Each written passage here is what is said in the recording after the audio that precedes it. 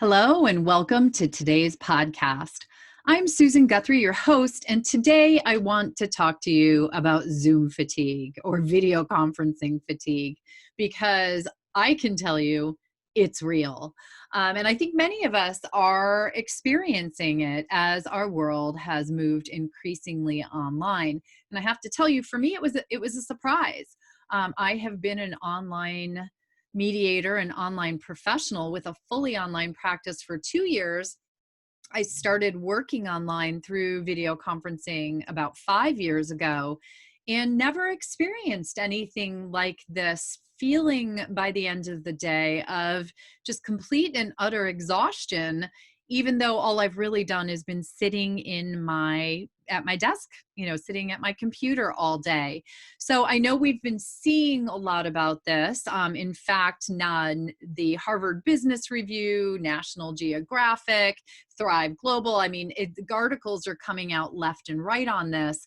But for those who are not staying on top of those resources, I definitely want to talk about this because as we have moved online, taking care of ourselves is just as important as taking care of our clients, taking care of the participants in our mediations, our dispute resolution, or anything that we're doing online. So in this episode, I want to break down, what Zoom fatigue is, what I mean by that, why it happens. I always think it's a good idea to understand the mechanism of what's going on. And then most importantly, I'm going to give you some tips for reducing it. And as to the tips, the one thing I can tell you is I have tried to incorporate them into my day and into my practice, and they have been effective. I don't end my day anymore with that complete feeling of needing to hit the couch. So that I make my switch from my desk chair to my couch at 7 o'clock at night. So first off, why is video conferencing so exhausting? What is so fatiguing about it? There are several factors that sort of play into this, and I think they'll ring true for many of you when I talk about them who have moved online and are having meetings. So the first one is one of those things that I talk about in trainings, right? We're always visible from our face up, and the focus is very much on our face and being intent on reading the emotions and the communication that people are giving us through the screen. We lose something in body language, so that means that we then are much more intent, I believe, in watching for facial expressions and just making eye contact. Keeping maybe all of you have noticed this, that ongoing effort to make sure you're looking at the right place on the screen and it looks like you're properly, making the appropriate eye contact with everyone. It can feel exhausting because it doesn't end. You can't look away, or when the person's talking to someone else in the meeting, it's hard to break off that eye contact the same way. There's also something that I think many people are missing, and that is just the comfort of a routine. Most of us, when we work in an office environment, have a routine of maybe we have a weekly staff meeting where we all get together, or we have a weekly meeting with our assistant, or we walk out to his or her desk several times a day and interact with them. And that is now something that we are completely thrown into disarray, and our day becomes very much about scheduling all these consecutive meetings where we're just sitting in one place, and going from one to the next, and there's none of that routine that we found comfortable and gave us that ability to know what was coming next.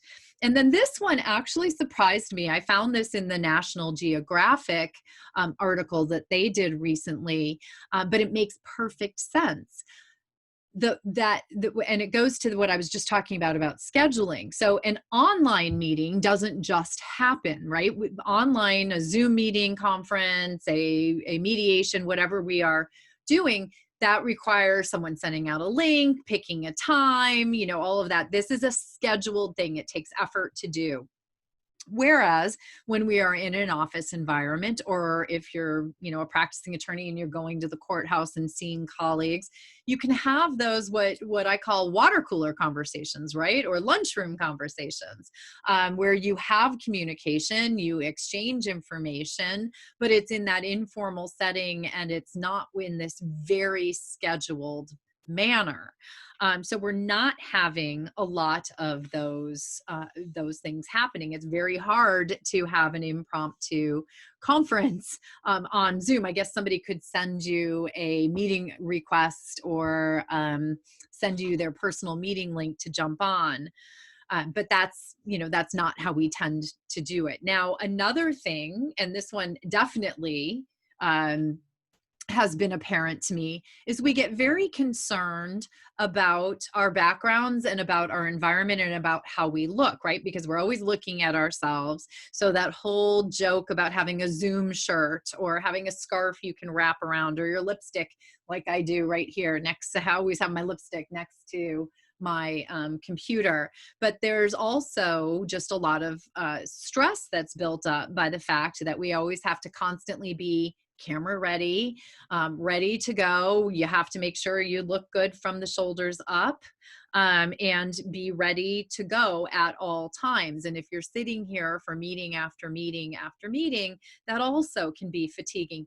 Your environment outside of your just computer space is also can add to our stress levels, right? We have kids in the house, we have pets in the house, we have spouses maybe in the house, depending on where we are for most of us right now. We also have to be concerned about, little Timmy not walking in and asking for a sandwich in the middle of your business meeting.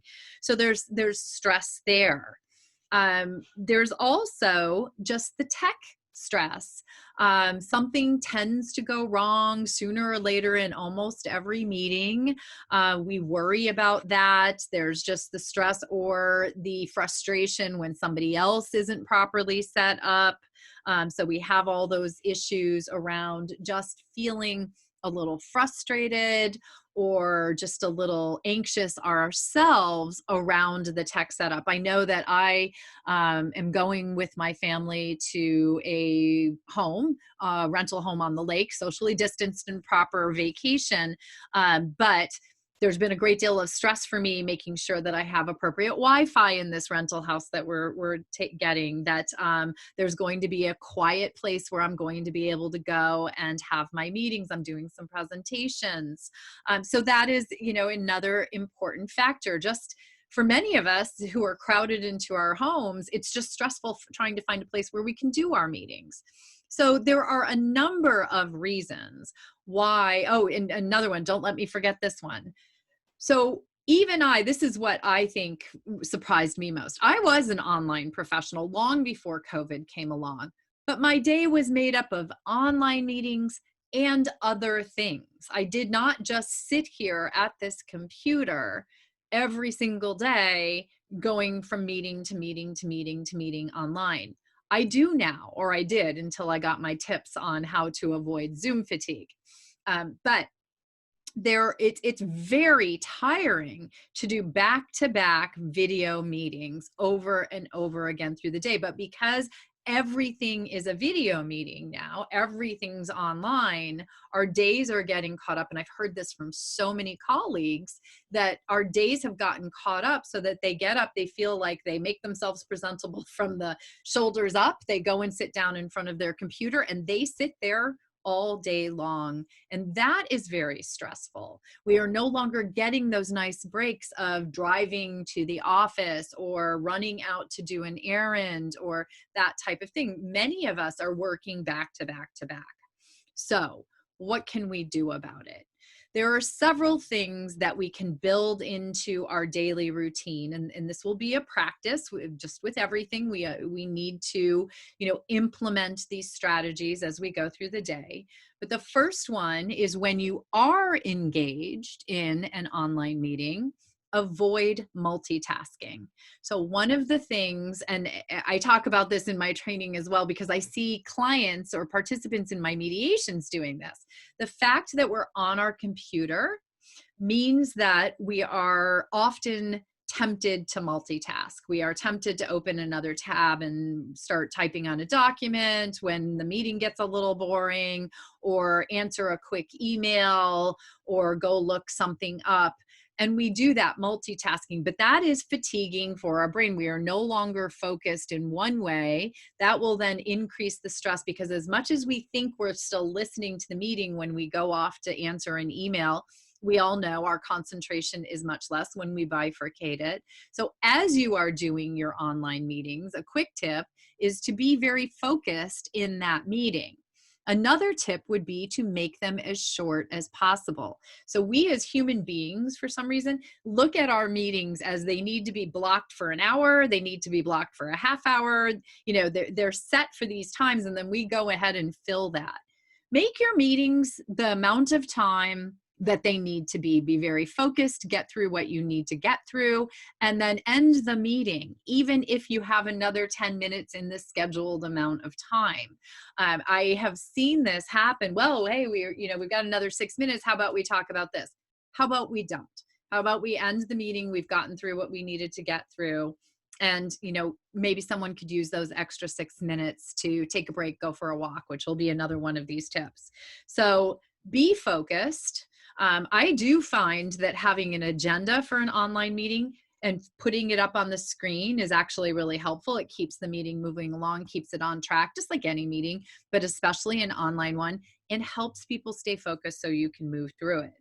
Now, the next tip goes to those breaks. Don't do what I was talking about doing earlier. Do not book your day back to back to back to back.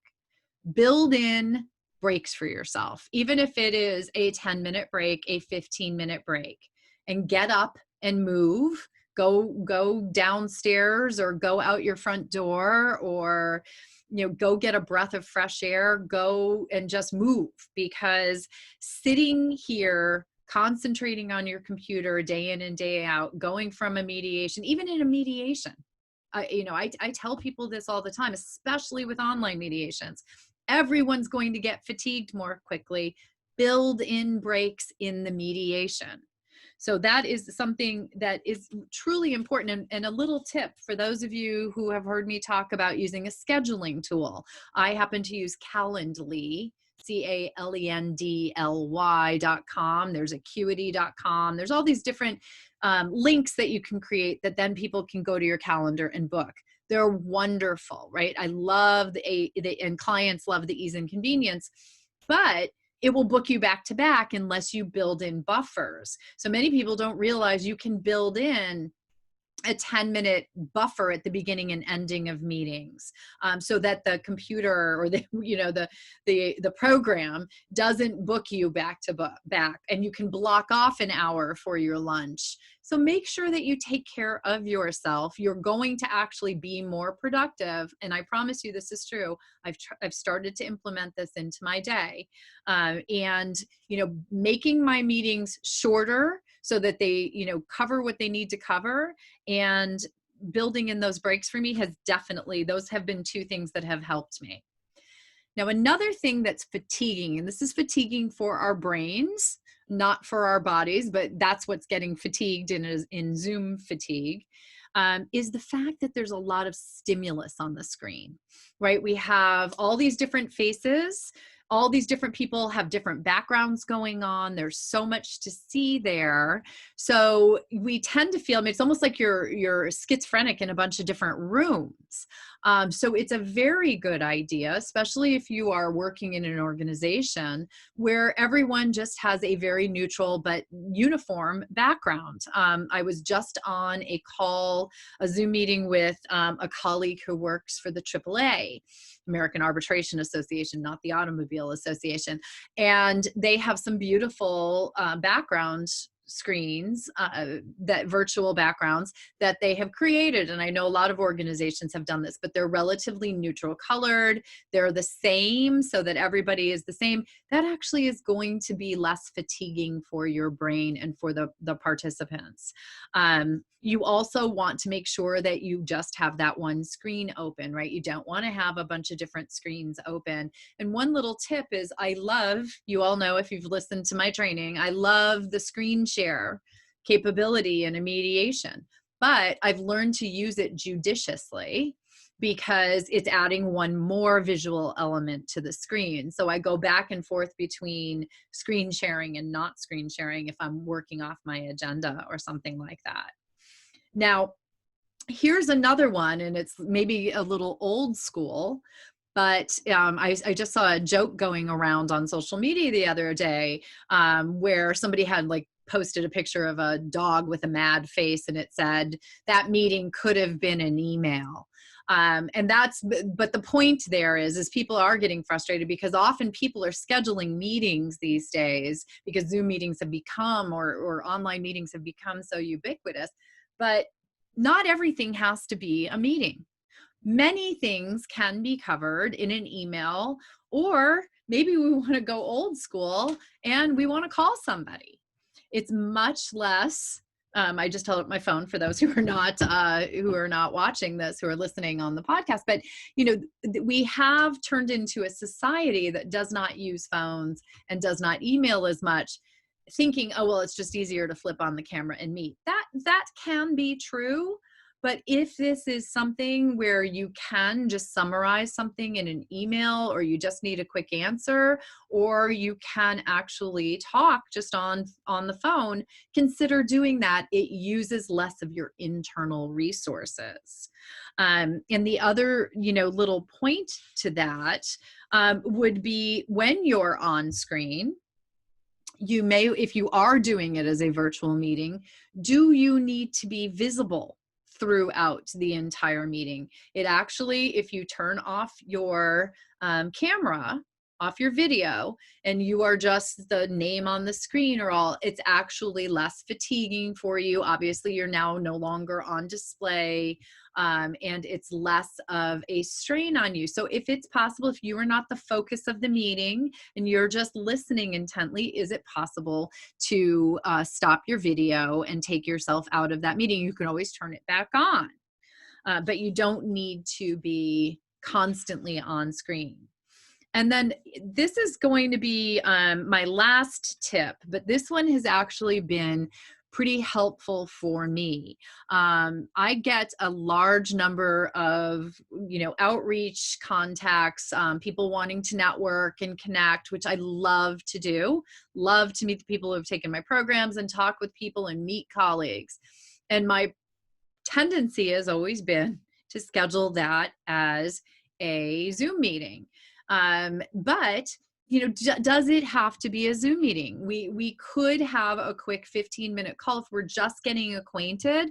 Maybe that could be a quick telephone call, a 15-minute telephone call. The other thing that I have noticed as an online professional is if you schedule it as a meeting, it seems to be harder to end it when it's a good time than it is to end a telephone call.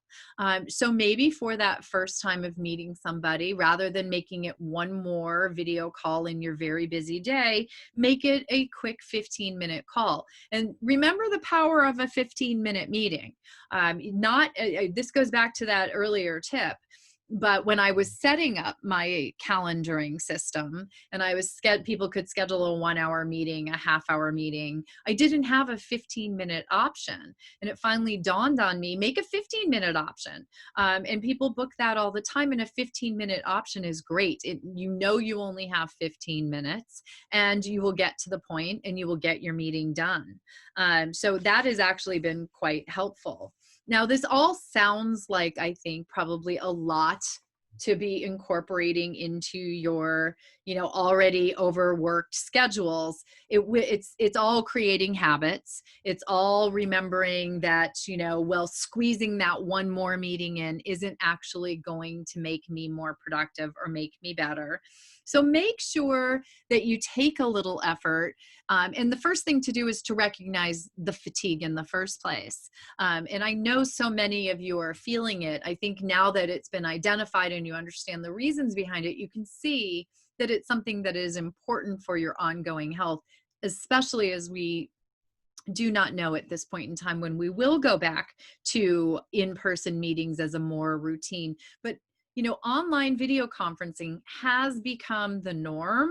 It's going to stay a part of our work culture going forward, even when we can go back to in person. And even for those of you who have somewhat gone back to in person, I think you have found or will find that video conferencing is still going to be a part of our work culture. So as it is, it's very important that you learn to make video conferencing work for you. So if Zoom fatigue is real for you, as it has been for me, consider, taking these steps, following these tips to reduce that fatigue and make you more effective online. So I hope you enjoyed this podcast, and I'll see you again next week.